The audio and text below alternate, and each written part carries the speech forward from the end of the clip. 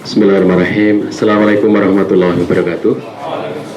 Alhamdulillahirrabbilalamin. Alhamdulillahilladzi anzala sakinata fi qulubil mu'minin liyazdadu imanan ma'a imanihim.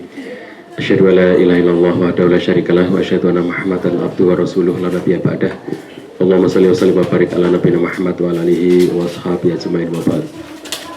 Ikhwan dan akhwat fillah rahimakumullah. Alhamdulillahirrabbilalamin, saya merasa sangat bersyukur bisa ketemu dengan Anda semuanya di sini. Keluarga Muslim Indonesia yang sedang berada di Fukuoka dan sekitarnya, mudah-mudahan kita semuanya mendapatkan keberkahan dari Allah SWT.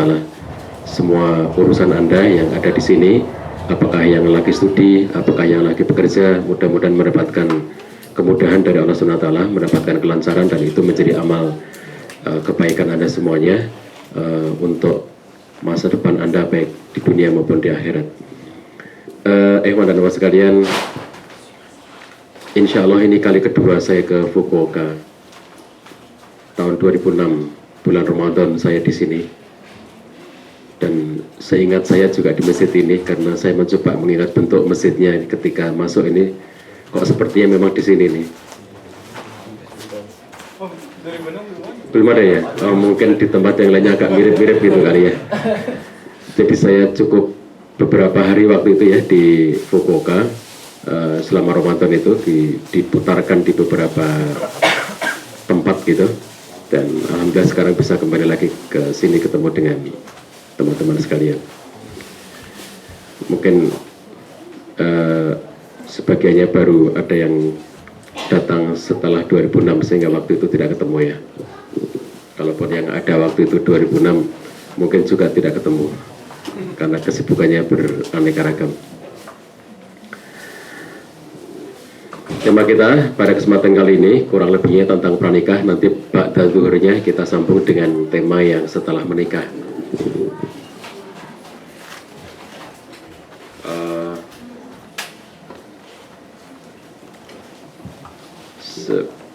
Seberapa banyak jomblo dan seberapa banyak yang tidak jomblo ya? Kayaknya banyak yang sudah menikah ya. Kalau ngelihat penampilannya, wajah-wajahnya ini wajah sudah menikah semua. Iya. Jadi porsinya mungkin tidak akan terlalu yang teknis pranikah, saya kira tidak akan terlalu banyak ya. Saya sampaikan karena sebagian besarnya sepertinya sudah menikah, sehingga saya akan lebih banyak menyampaikan. Kalaupun aspek pranikah, saya akan lebih menyampaikan hal yang nantinya bisa dipakai juga oleh yang sudah menikah. Saya akan mengawali dari bagaimana, sebagaimana tema ini ya, energi ilahi dalam pernikahan. Teman-teman sekalian, ikhwan dan akhwat sekalian, semua orang dalam menikah itu tentu yang diinginkan adalah sebuah kebahagiaan dalam kehidupan, baik dunia maupun di akhirat. Ingin bahagia dunia, bahagia akhirat, surga dunia, surga akhirat, sukses dunia, sukses akhirat. Itu visinya orang mukmin, visinya orang yang beriman. Nah, seringkali orang untuk bisa mendapatkan bahagia itu dengan cara-cara yang mereka maui sendiri. Padahal bahagia itu, siapa yang bisa memberikan kebahagiaan dalam diri kita? Siapakah yang bisa memasukkan rasa bahagia itu dalam hati kita? Bahagia itu tidak akan bisa kita dapatkan hanya dengan mengikuti naluri. Bahagia itu adanya dalam ketaatan kita pada jalan ilahi. Orang mengikuti nalurinya untuk bisa bahagia itu tidak akan mendapatkan kebahagiaan.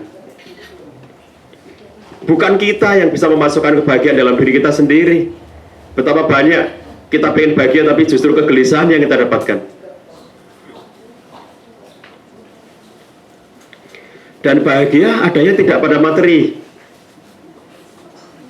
Anda tahu, materi itu bisa membeli apa saja. Dia bisa membeli obat, tapi tidak bisa membeli kesehatan. Dia bisa membeli ranjang yang mewah, tetapi tidak bisa membeli tidur nyenyak. Dia bisa membeli mobil dan rumah yang mewah, tetapi tidak bisa memberikan kebahagiaan. Itu materi. Jadi menikah berpikir bahwa aku nanti akan bahagia dalam pernikahanku kalau aku nanti sudah memiliki sejumlah kelengkapan materi. Orang seperti ini tidak akan bahagia. Orang tidak akan pernah bahagia seumur hidupnya kalau dia membuat syarat-syarat material untuk bisa bahagia.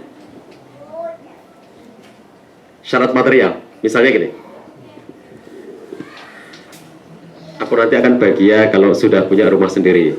Aku nanti akan bahagia kalau sudah punya mobil sendiri. Aku nanti akan bahagia kalau rumahku sudah tingkat. Aku nanti akan bahagia kalau mobilku sudah tingkat. Aku nanti akan bahagia kalau aku sudah punya investasi yang sangat banyak. Kalau orang itu berpikir seperti ini seumur hidupnya, yang didapatkan adalah ilusi kebahagiaan. Dia tidak pernah mendapatkan kebahagiaan. Kadang-kadang orang berpikir bahwa bahagia itu ada pada hasil. Jadi orang bayangkan, nanti kalau rumahku sudah bagus, mobilku bagus, mewah, bayangin Indonesia ya, jangan bayangin di sini, saya nggak susah bayangin di sini.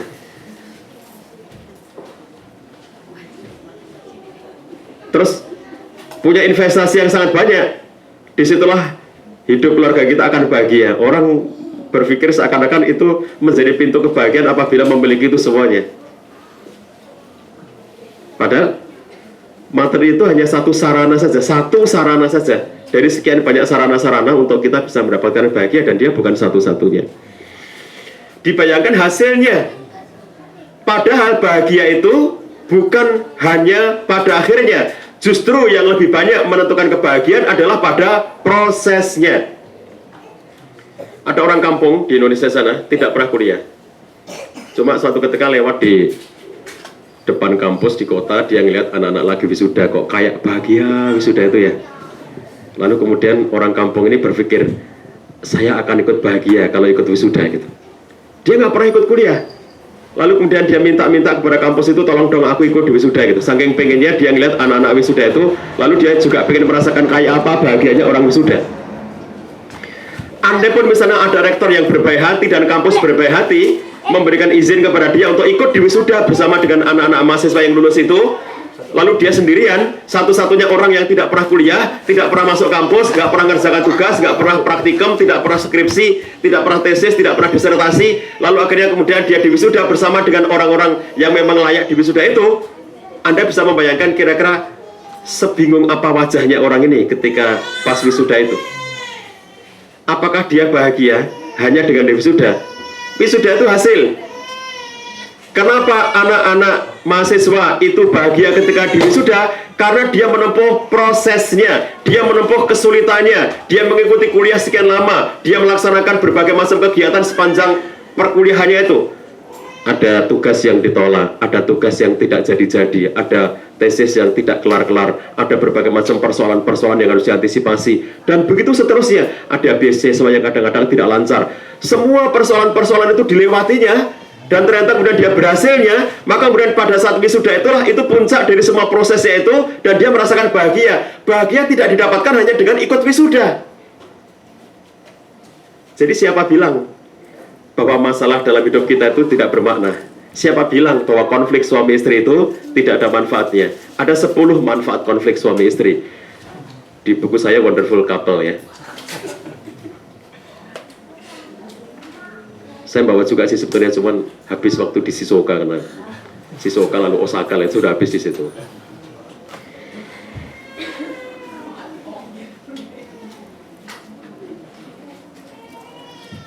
Jadi kalau kita melihat bahwa orang berpikir untuk bahagia itu lalu dia menggunakan cara-caranya sendiri, orang seperti itu justru tidak akan bisa mendapatkan kebahagiaan. Orang hanya mendapatkan ilusi tentang kebahagiaan. Ada orang yang dalam rangka memenuhi semua kesenangan dirinya itu apapun dilakukan, dan ternyata bukan menambah kebahagiaan dia, tetapi justru ternyata memberikan kesengsaraan dalam kehidupannya. Teman-teman sekalian, saya itu di Jogja punya lembaga namanya Jogja Family Center JFC. Dari tahun 2000 saya, istri dan teman-teman tim di JFC itu kita mengelola Jogja Family Center. Itu salah satu kegiatan kita adalah konseling pernikahan dan keluarga. Jadi sepanjang 16 tahun dari tahun 2000 sampai sekarang, Saya itu menjadi konselor pernikahan dan keluarga di Jogja Family Center itu. Lalu 3 tahun terakhir ini bergabung dengan teman-teman di Jakarta, kita membuat yang namanya RKI, Rumah Keluarga Indonesia. Itu juga tempat konseling. Jadi saya menjadi konselor keluarga itu kurang lebih 16 tahun terakhir ini, sejak tahun 2000 sampai sekarang. Setiap hari yang saya temui adalah masalah-masalah kehidupan berumah tangga. Orang-orang datang ke rumah, curhat, nangis-nangis, menceritakan masalah keluarganya. Suami istri konflik di depan kami dan kemudian kami melarangnya. Itu 16 tahun kami hadapi setiap harinya kayak begitu. Kalau pas saya lagi di rumah, kalau saya pas lagi pergi begini, ada yang konseling lewat telepon, ada yang lewat WA, ada yang lewat email dan seterusnya. Jadi setiap hari itu, entah secara langsung ketemu klien atau tidak secara langsung karena mereka lewat teknologi, yang saya selalu temui adalah masalah-masalah hidup orang berumah tangga. Nah, karena 16 tahun ketemu masalah terus, itulah yang sering saya katakan wajah saya itu wajah masalah, karena tiap hari ketemu masalah gitu ya. Orang suami istri datang ke rumah kami, cerita sambil nangis-nangis, lalu kemudian kita ajak ngobrol, dialog, lalu akhirnya kemudian mereka merasa mendapat pencerahan gitu ya. Pulang mereka sudah merasa happy, ada solusi gitu. Kalau sudah mulai happy gitu, lupa kalau punya konselor. Sekedar ngontak saya lewat WA atau telepon, Pak Cah, terima kasih, kami sekarang lagi happy. Enggak, pokoknya kalau lagi happy itu lupa kalau punya konselor. Nanti kontak lagi kalau sudah mau konflik lagi, sudah mulai berantem lagi, ingat kalau punya konselor, telepon lagi, nangis-nangis lagi, datang ke rumah lagi gitu ya. Itulah nasibnya konselor. Saya dan teman-teman itu membentuk yang namanya konselor sosial. Jadi konselor sosial itu berbeda dengan konselor profesional.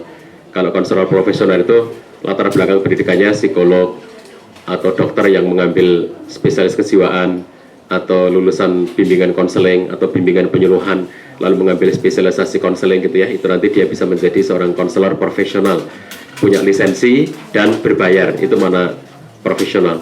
Kalau saya dan teman-teman membuat yang namanya konselor sosial, latar belakangnya apa saja, yang penting mau jadi konselor dan mau dibekali. Kita didik, kita berikan pembekalan, kita berikan pelatihan berjenjang untuk bisa menjadi seorang konselor sosial. Dan makna kedua dari sosial adalah tidak berbayar. Jadi saya 16 tahun itu tidak ada fee, tidak ada cas untuk klien, karena bagi saya tidak tega ya. Orang datang ke rumah saya nangis-nangis, setelah selesai nangis suruh bayar gitu. Itu kan tambah kenceng nangisnya dan nggak pulang-pulang itu nanti gitu ya. Nah, dari sekian yang datang ke rumah kami dengan membawa aneka jenis masalah mereka itu ya, saya menjumpai hal yang unik-unik dari persoalan hidup berumah tangga itu, dan saya melihat bahwa sebetulnya banyak sekali persoalan hidup berumah tangga itu yang tidak perlu terjadi. Artinya sebetulnya bisa dihindari dan bisa dicegah apabila kemudian kita mengerti langkah-langkahnya, mengerti caranya. Itulah sebabnya karena terlalu sering dapat cerita masalah hidup berumah tangga itu, saya merasa ngerti terlalu banyak masalah hidup berumah tangga itu ya, terlalu banyak mengerti problem-problem hidup berumah tangga itu. Itu sebabnya saya merasa berkewajiban untuk sharing. Nah, saya sharing nulis buku ya, ada 47 buku yang sudah saya buat, diantaranya tema-tema tentang Wonderful Family. Itu ada 6 yang temanya Wonderful Family, tapi nanti ada 10 insya Allah totalnya yang tentang Wonderful Family itu. Kemudian saya juga sharing lewat tulisan rutin di Kompasiana. Teman-teman kalau sesekali buka Kompasiana, buka lapak saya www.kompasiana.com/Pak Cah, ada lebih dari 600 artikel saya tentang pernikahan dan keluarga. Di situ sharing dari ruang-ruang konseling. Selain sharing dengan cara ngobrol dialog seperti ini ya. Sepasang suami istri datang ke rumah kami dan menceritakan problematika hidup berumah tangganya yang tidak happy, mereka berantem gitu. Dan uniknya adalah ketika dulu mereka masih hidup awal-awal dan tidak punya apa-apa itu mereka happy. Justru setelah hidupnya bertambah kaya, bertambah mapan, di situ terjadi problematika hidup yang tidak pernah mereka bayangkan sebelumnya. Orang kadang-kadang membayangkan semakin tinggi kepemilikan materinya, aset-aset yang didapatkannya, kekayaannya, semakin tinggi pangkatnya, jabatannya, posisinya, akan menambah juga tingkat kebahagiaannya. Ternyata tidak selalu seperti itu. Di Indonesia, kalau di lingkungan pegawai negeri, guru-guru berkembang yang namanya sertifikasi. Kemudian di lingkungan pegawai-pegawai berkembang yang namanya renumerasi. Begitukah? Pokoknya gajinya naik gitu. Saya banyak sekali mendapatkan laporan, cerita-cerita dari berbagai instansi, karena waktu saya kalau Sabtu Ahad setiap weekend itu habis untuk menghadiri undangan-undangan dari berbagai instansi untuk sharing tentang tema-tema keluarga itu ya.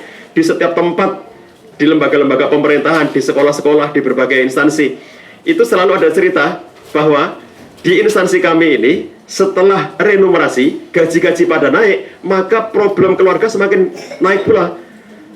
Di sekolah-sekolah, di lingkungan guru-guru, setelah kemudian mereka mendapatkan sertifikasi, gaji mereka naik berlipat, maka bertambah pula kasus-kasus perselingkuhan di lingkungan para guru. Tadi yang saya cerita, sepasang suami istri datang ke rumah, cerita-cerita problem rumah tangganya sambil nangis-nangis itu. Yang bagi saya menarik, istrinya nih, kan kami kalau konseling suami istri itu, kita selalu menggunakan 3 sesi ya. Sesi pertama itu istri saja, itu kita sebut sebagai versinya istri, cerita apapun itu versi istri. Lalu yang kedua suami saja, itu kita sebut sebagai versinya suami, apapun cerita dia itu adalah versi suami. Lalu yang ketiga kita temukan suami dan istri itu dalam satu forum, maka itu versi bersama antara suami istri dan konselor di dalamnya. Waktu cerita sang istri mengatakan, dulu waktu kami masih, suami saya ini pegawai ya, mengawali karirnya dari bawah, dan dia adalah seorang laki-laki yang sangat baik, sangat bertanggung jawab, sayang keluarga, setia katanya. Bencana terjadi ketika gajinya mulai naik, pangkatnya semakin tinggi, hartanya semakin banyak.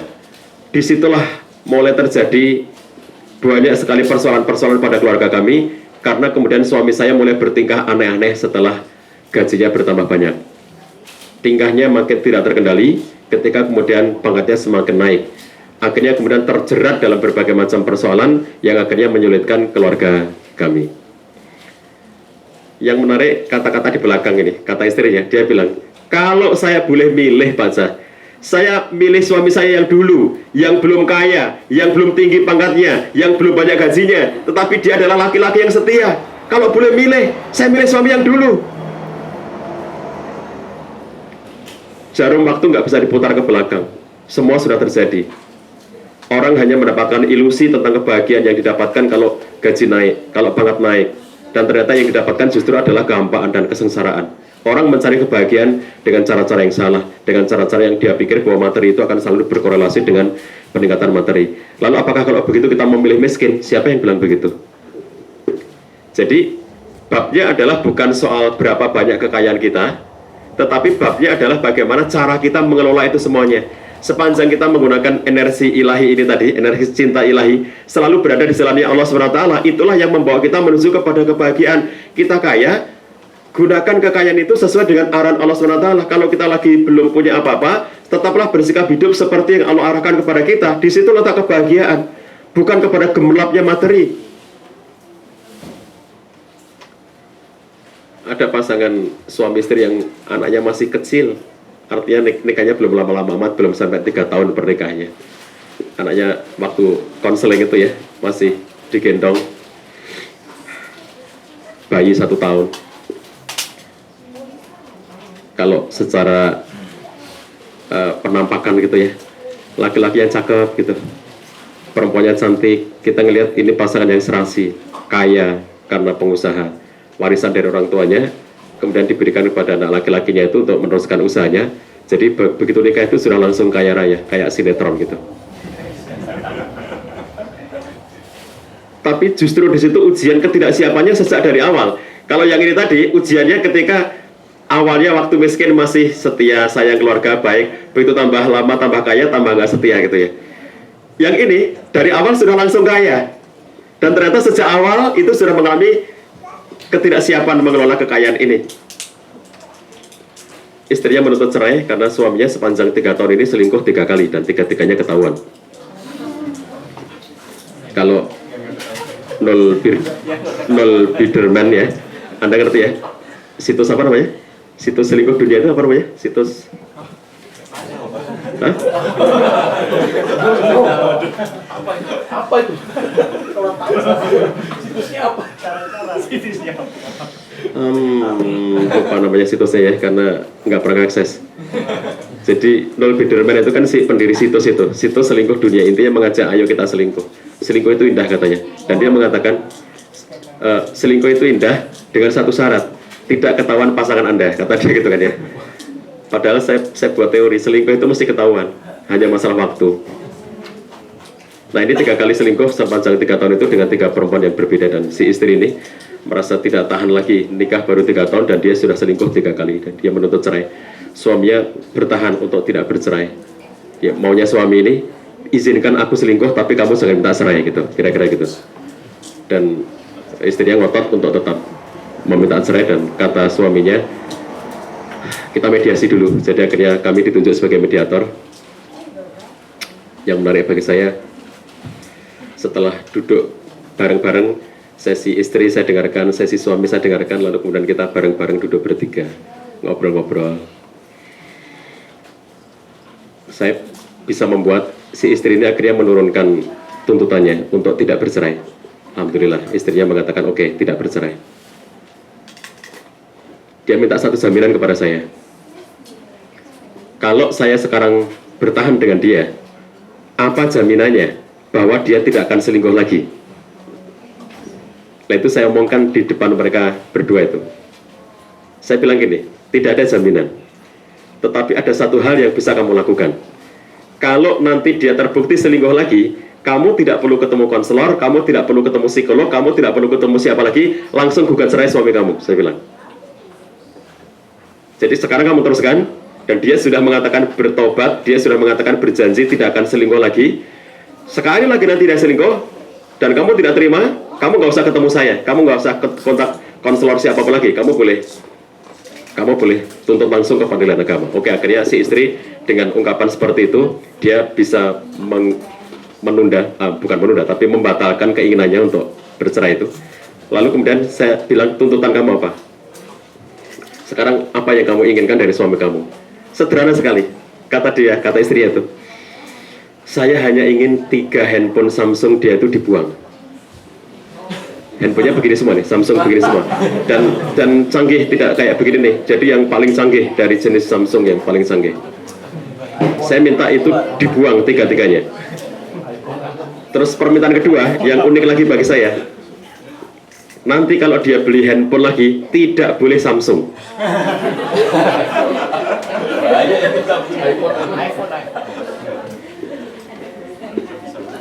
Menarik bagi saya menggali lebih dalam lagi, akhirnya saya tahu ternyata kenapa sampai istrinya bilang begitu.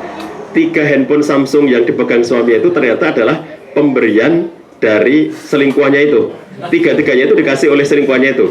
Nah, dan itu diceritakan dengan bangga oleh suaminya itu kepada istrinya. Dia ceritakan dengan bangga apa saja yang dilakukan oleh selingkuhannya kepada dirinya, hal apa saja yang diberikan oleh selingkuhannya kepada dirinya, dan itu diceritakan dengan vulgar, dengan bangga kepada istrinya itu. Dan itulah yang selalu membuat sakit hati istrinya itu, ngelihat Samsung selalu kebayang selingkuhannya itu.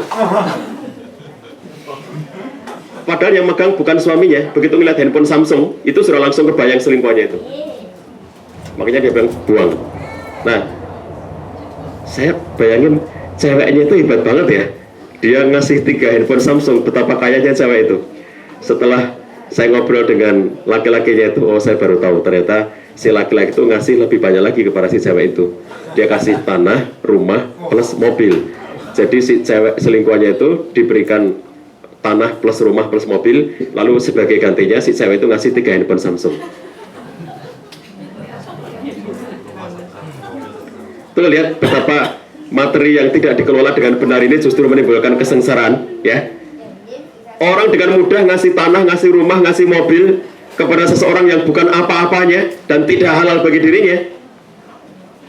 Dan ternyata itu menimbulkan malapetaka bagi dirinya. Bukan soal berapa banyak kekayaan kita, tetapi bagaimana kita mengelola itu semuanya. Bahagia itu letaknya tidak pada berapa jumlah uang yang kita miliki. Di Kompas saya nulis, kan kalau saya orang Jawa bilang gini, urip iku wang sinawang, hidup itu saling ngelihat satu dengan yang lainnya. Kita itu ngelihat orang lain lebih bahagia daripada kita.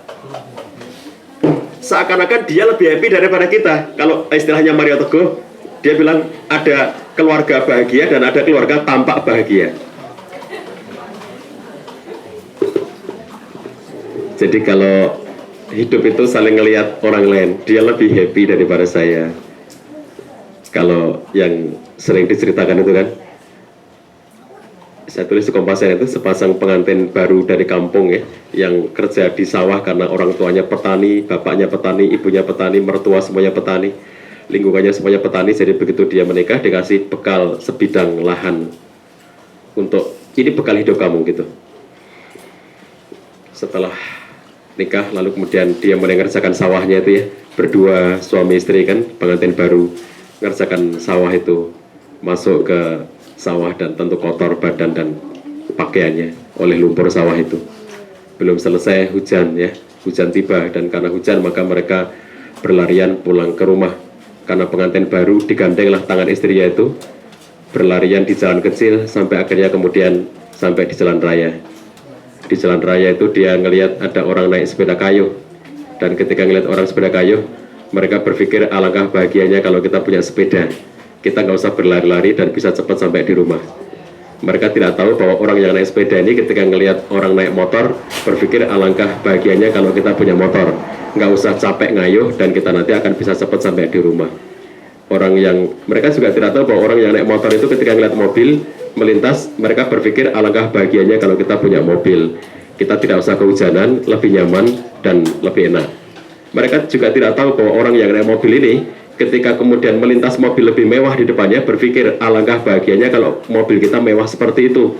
Kita memang punya mobil tapi butut, tidak ada AC-nya, tua, sering macet, sering didorong, pintunya nggak bisa dibuka dari dalam, harus keluar begini tangannya kan untuk buka pintunya itu. Alangkah bahagianya kalau mobil kita semewah itu gitu. Dan mereka semuanya juga tidak tahu bahwa orang yang di mobil mewah ini ketika dia berkendara mobil nyaman, ber-AC, enak gitu ya, tapi kemudian lagi berkendara di depannya melintas sepasang pengantin baru anak kampung yang bajunya kotor karena kena lumpur sawah tadi, bergandengan tangan di bawah hujan-hujan. Orang kaya di dalam mobil mewahnya berpikir alangkah bahagianya anak muda ini. Kelihatan orang kampung tidak punya apa-apa, mungkin memang mereka orang hidup sangat sederhana, tapi bisa menikmati hidup dengan bahagia. Coba mereka bergandengan tangan di bawah hujan. Saya dengan semua kekayaan saya tidak sempat lagi menggandeng tangan istri saya. Dengan segala kekayaan yang saya miliki tidak sempat lagi bermain-main air hujan dengan istri saya. Jadi alangkah bahagianya anak muda itu. Ngelihat siklus itu, pertanyaannya siapa sebetulnya yang bahagia? Orang tidak bahagia karena dia selalu mencari kebahagiaan dari orang lain. Dia mencari kebahagiaan dari orang lain, ngelihat orang lain lebih bahagia daripada dirinya. Padahal bahagia itu bisa didapatkan oleh siapa saja.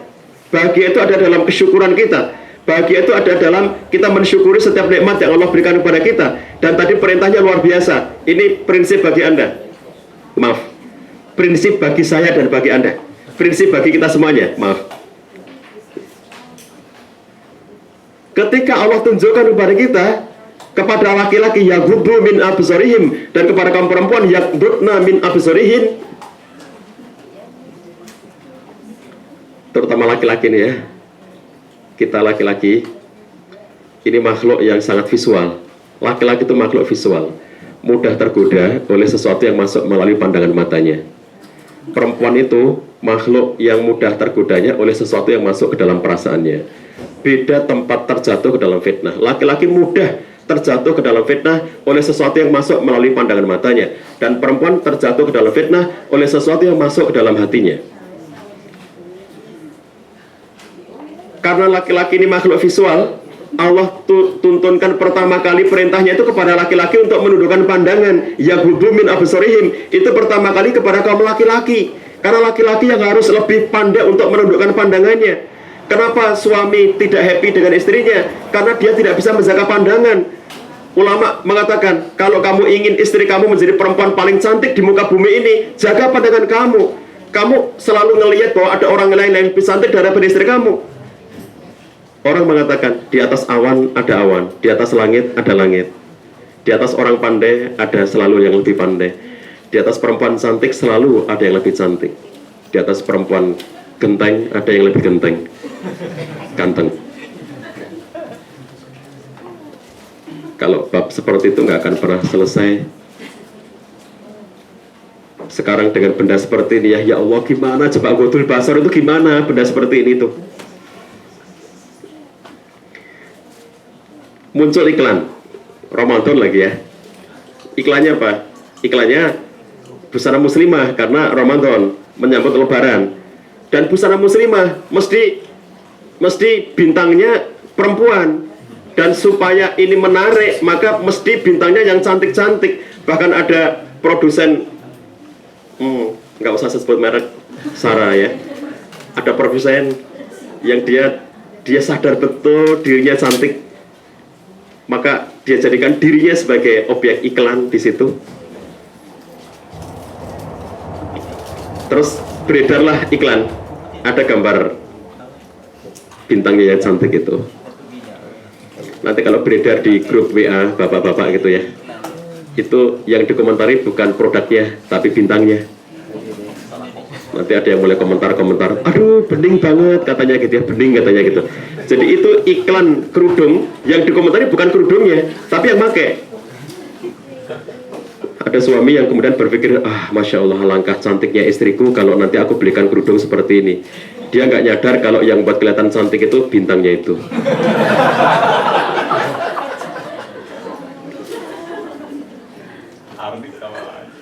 Coba kalau kemudian kita disuruh menundukkan pandangan, kamu laki-laki susah ya dengan kita punya benda-benda seperti ini. Kalau ketemu begini, kamu tutupi seperti ini. Gimana kamu nutupi ini? Ketemu orang langsungnya di masjid, di sekatnya penuh seperti ini. Hanya saya yang bisa ngeliat tuh, saya bisa ngeliat. Kamu nggak bisa ngeliat. Tapi nanti di sana kamu ngeliat juga.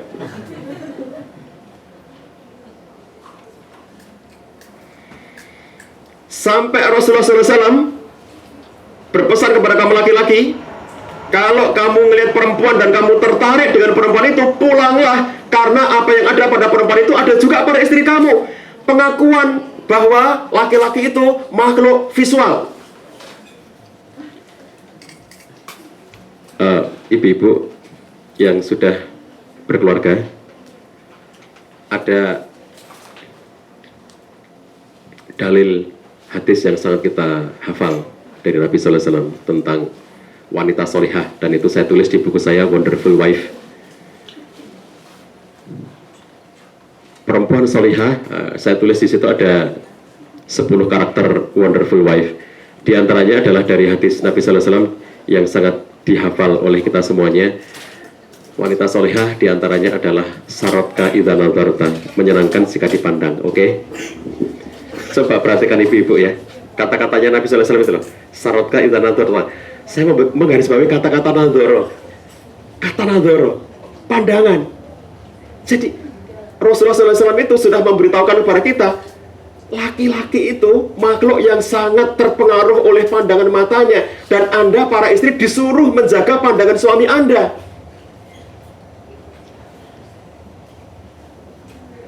Di luar sana ada pemandangan-pemandangan yang sangat indah.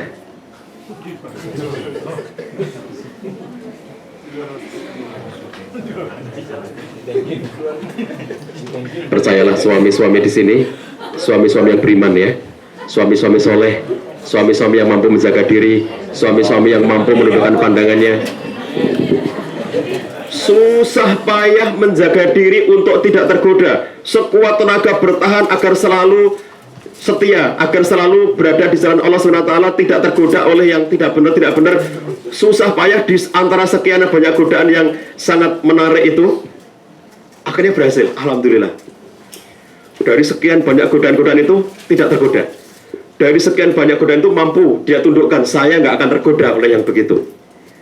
Sudah berjuang agar tidak tergoda dari berbagai macam godaan itu, begitu pulang ke rumah, di rumah nggak ada yang goda dirinya.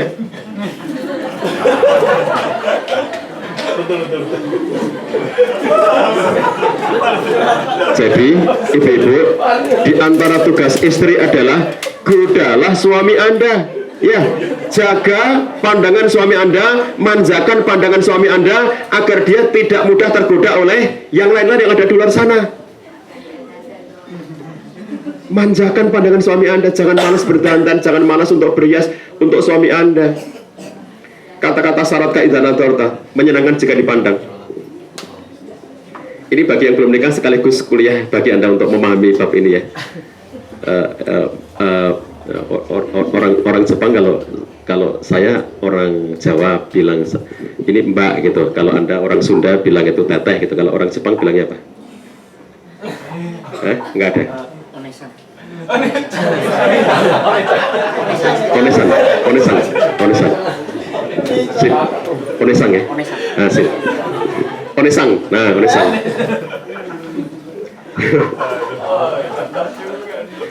Jadi para onesang ini yang belum nikah ya, Anda ngerti nantinya kalau sudah menikah itu apa di antara tugas dan kewajiban Anda di rumah itu. Anda ngerti dari sekarang. Coba ibu-ibu dulu, boleh saya tanya ya, tolong dijawab ya Bu ya. Tolong dijawab ya. Hadis Nabi SAW tadi itu menyenangkan jika dipandang, sarotka itanadorta. Perintahnya itu menyenangkan siapa, ibu-ibu? Menyenangkan siapa? Yang benar. Sarotka itanadorta, menyenangkan jika dipandang. Menyenangkan siapa, ibu-ibu? Yang benar. Coba pikir lagi masa-masa.